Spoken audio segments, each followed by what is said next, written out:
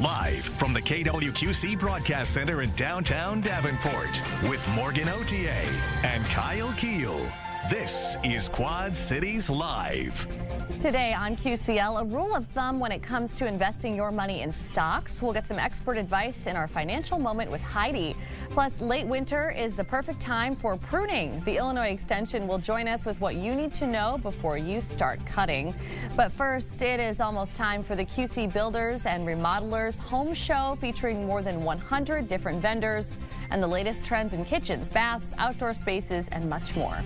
Hello and welcome to Quad Cities Live on this Thursday, February 5th. Thank you for joining us. I'm Morgan Otier. The 49th Quad Cities Builders and Remodelers Home Show is back next weekend, combining hundreds of experts, ideas, and inspiration all under one roof. Whether you're planning a major remodel or just dreaming about a future project, this is your opportunity to see the latest trends in home improvement. Joining us today is Mona Pfeiffer from the QC Builders and Remodelers Association, along with Brian Purcell, president of River City Pella, the home show's gold sponsor this year. Thank you both for being here. Yes, we're excited. I just love this busy, time of year. You are busy. You are busy. You're probably running on fumes right now, Mona, both of you probably. But this is really an incredible thing. People look forward to this every year. It's almost 5 decades strong at this point. Why do you think that people come back every year to this event? It's got so much longevity. Yeah, it is the biggest, best, and the original home show. You've got companies that their grandfathers and fathers were doing this, 50 years ago. And the QCBR is reputable for having members that are well received in the Quad Cities and have great reputation, and that's who's filling the Bend Expo. We have we've sold out twice. We've had to add spaces, but we are maxed out at 228 different booths with over 118 different vendors. You've got a room just to meet the builders. You've got live remotes from 3 different radio stations, and we've got gold sponsors, silver sponsors, a VIP party Thursday night. Oh, that's right. Got a NASCAR going to be there. It's just, we've got Home Depot. There's a scavenger hunt for the kids and a workshop. That's great. People are like, oh, it's Valentine's Day weekend. I'm like, you go to breakfast, you go to the home show. You go to lunch, you go to the home show. You go to the home show, you go to dinner. Sounds perfect. You can, buy them a walking taco. Everything's good. Everything is good. Yes. I love your ideas. Brian, from a vendor standpoint, talk a little bit about why homeowners continue to show up year after year from your perspective. Sure. Sorry. Sure. What I see is there's a lot of local professionals. When you want to shop local and support your local community, this is the place to go to find those people and those vendors. It's really hard to find some of these vendors and some of these artisans that know how to do these things that you want to do, and this is a place to connect with them. I've been doing this for 6 years, and I've watched it progress for those 6 years, and every year it gets better and better, and I'm really excited to see 118 different vendors out there. And all of those booths, it's going to be really exciting this year to see all of the new things that will be there. All the new trends and appliances and paint and landscaping and siding and roofing and doors. And windows and doors. That was actually going to be, that was going to be one of my questions actually for either of you, Mona or Brian. What are some of the trends, because you work so closely in this industry day after day, what are some of the trends that you think people may be seeing front and center this year? I'll let you talk windows. Sure. In the windows, it's big. The bigger, the better. Okay, and I like that. What we're seeing now is much more visibility to the outside. People are wanting to be able to join the space between the outside and the inside, and we provide those tools and those products that allow them to do it. We have big opening doors now that if you've got a 3 seasons room or you want to go out into a nice covered patio, that you can open 20, 30, 40 feet of wall and basically bring the outdoors in or the indoors out. Right. That's fun. Darker trims, not all the white. Right. Oh yeah, a lot of black. A lot of black on black now. But there's still a lot of the traditional out there, but we can provide all of that for them. I just think it's fun. And we were talking a little bit when we started the segment, you could be working on a remodel.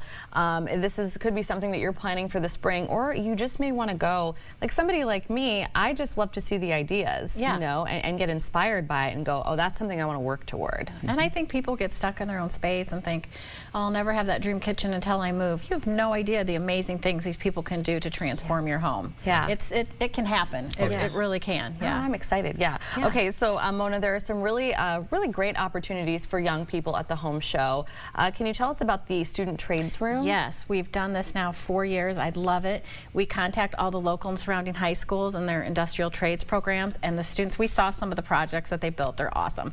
Picnic tables and chairs and so many different things that these kids build, and we'll have them on display at the home show, and there's a silent auction, and then half that money goes back to those schools and the rest then goes back to our scholarship funds and our Build My Future, which is coming up April 21st. So you'd be amazed at the talent in these young builders that's coming up. So yeah, that's fun. Yeah, it's awesome to see all the things they build. And you know, again, from your perspective, like being in the trades, Brian, why do you think it's important to make students a part of something like this? Oh, they're our future. Yeah. As you look, the builders and the general contractors are aging, and who's going to replace them? And there's been a long time focus of, I've got to go to college, I've got to go do this, I've got to go do that. Well, now the focus is coming back onto the trades, where you can go into the trades, learn something without coming out of college with $100,000 plus debt, start earning very high, and then have a future that you can grow and become an entrepreneur and grow your own business. But if we don't introduce them to that, they'll never know it. You're right. And that's where Mona and what she's doing with Build Your Future and all of these things is such a great thing. And that's one of the reasons why I support the QCBR the way I do. Yeah. We appreciate it. The average age for a builder remodeler is 54. 54. Okay. So yeah. So let's get our young people who are interested. You know, some of and the then training they can move need. wherever. I mean, you're an electrician, plumber. You can go to wherever you want. You're going to have a job. Everyone needs Job an electrician. security. Everyone needs a plumber. Everyone needs windows, right, Yes, Brian? exactly. Yeah. Everybody needs ones. And there's a pet park there this year. And there's a pet park this year. Sponsored by Electric Doctor, so you can come pet the puppies and oh my gosh, too, all right. So there's something for everybody there. I'm officially convinced. Pet the puppies. I'm convinced. The Quad Cities Builders and Remodelers 49th Home Show is Friday, February 13th through Sunday the 15th. This is at the Bend Expo in East Moline, a great big space. Doors open at 10 a.m. each day. Admission is cash only, $6 on Friday, $8 on both Saturday and Sunday. We want to thank Mona and Brian for joining us today and getting us all inspired. We appreciate you visiting. We're excited. We'll see you soon. Yes, thank you. Coming up on QCL, why late winter is prime time for pruning your trees. An expert from the University of Illinois Extension will join us after the break with advice on what to cut and what to leave alone. Quad Cities Live continues. If your trees could talk, they'd probably be asking for a little trim right about now. It turns out late winter is actually the perfect time for pruning, but doing it the right way can make a big difference in their long-term health. Back today is Emily Swihart, a horticulture expert with the University of Illinois Extension. Emily, thank you so much for being here. My pleasure. We're giggling because we almost had a tree incident just a couple of minutes ago. Toppled right over on Emily, but we're all fine here. Yes. Lots to talk about with this, especially if you kind of want to get a jump start on getting ready. I think a lot of people are looking forward to spring and getting back outside. This is a reason to do so. Yeah, and finally the temperature warmed up, so it's a little better for going out. But right now, this late winter season is the best time to be pruning our deciduous trees. Those are the ones that have dropped their leaves, and so we can, there's a couple of reasons. So first, you can just see the scaffold of the trees. You can see everything, all the branches, and make better decisions about what you want to prune off of it. But right now is especially important for oaks. Oaks are susceptible to a bacterial infection called oak wilt. And what we're doing when we're pruning is we're opening the tree up. It's a wound. We don't want to do that during the growing season because that gives that bacteria an opportunity to get into the tree, and it's fatal to trees. And so we want to just be really careful about pruning oaks outside of this dormant season. Okay, so how do we know what typically needs pruning? Yep, so there's a couple of guides. So first, the 3 Ds. So we want to prune off anything that is dead, diseased, or damaged. So if it's dead, it's just going to be a point of infection. It's going to rot and it's not going to be beneficial to the tree, so take it off. If it's diseased, it's especially important to be taking it off of the tree. And if it's damaged, we want to clean up that break or that wound, because then it'll be able to seal over a little better. So start there. Then we want to be pruning off things that are like suckers or sprouts. They're just not giving the tree a lot of value. We want to be pruning off things that are going to be a problem later on for the tree. So I brought this big piece of tree. Thank you. Yeah. To show a couple of things like what I would be looking for when I'm pruning a tree, which is the angle, the crotch angle. So where the branch is meeting the tree trunk. So what we've got here is this one you can see. I'll try to go like this way.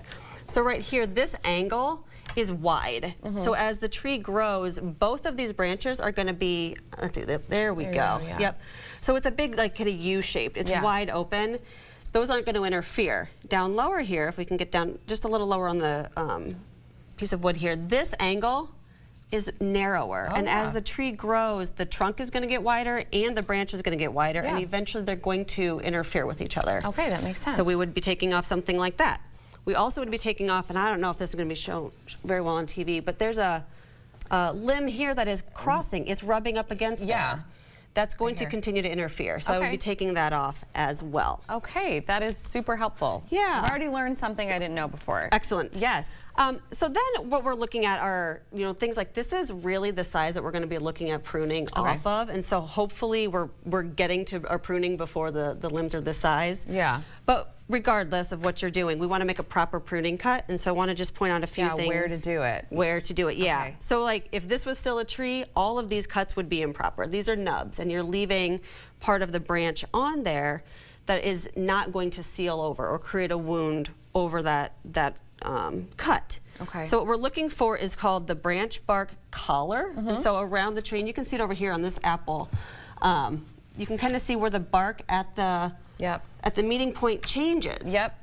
Now, some species it's more prominent on than others, but I promise it's on everything. Right here. And so you want to cut outside of that swelling. Okay. Right there. So here. Yes. Okay. You don't want to cut too far out where you're leaving a knob, but you want to be cutting right outside of that branch bark collar. Okay. There's specialized cells in there that will seal over that wound. Okay. And so you want to maintain it. Interesting. Yeah. And you want to make a nice clean cut and on yours you can see here, if you have a large branch to remove, we want to avoid this happening, this ripping of the bark. And so if you have a large branch to remove, we'll do a 3-point pruning cut, where you essentially take off the weight of the branch so that it doesn't rip the bark. Because we can't, I see. Yeah, so we can't do much about this after this has happened. So if it was on the tree, that would be a problem. Okay, good to know.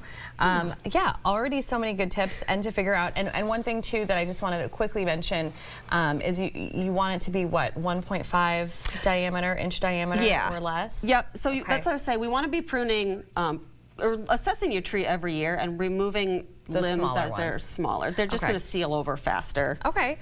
Safety first. Okay, safety first. I just want to make sure that we get to that. So know your tools. Don't go in there having not maybe used anything before or not knowing how to use it. Yes. Yeah. And one of the benefits of pruning off smaller limbs is you can use there's like a hand pruner. Exactly. Yeah. Or a hand saw. Chainsaws are really fun. They like make loud noises, but they're extremely dangerous. Yeah. So if you need to use a chainsaw, if you're going to be pruning higher up in the tree, call a professional. Okay. It is not worth risking your safety, your life in some situations. Right. And so just kind of please be careful. Because safety first. If you think you need a professional, maybe you need a professional. Yeah, you probably do. That's a good rule of thumb there. Okay, and sanitize between cuts? Yeah, especially for fruit trees. So like I said, that's an apple. Diseases can be transferred from tree to tree on your tools, and so you want to sanitize with like an alcohol or like a rubbing alcohol solution. That makes sense. Okay, so for more advice on pruning or really caring for your outdoor landscape in any way, you can always visit the Illinois Extension at the website on your screen. As always, Emily, thank you so much for sharing your expertise. It's been fun, and I've learned a lot today. I always do. Good. I'm glad. Thank you so much. Still to come, we're going to learn some more. A simple rule of thumb when it comes to investing and the situations where it may not apply. Our financial moment with Heidi is next.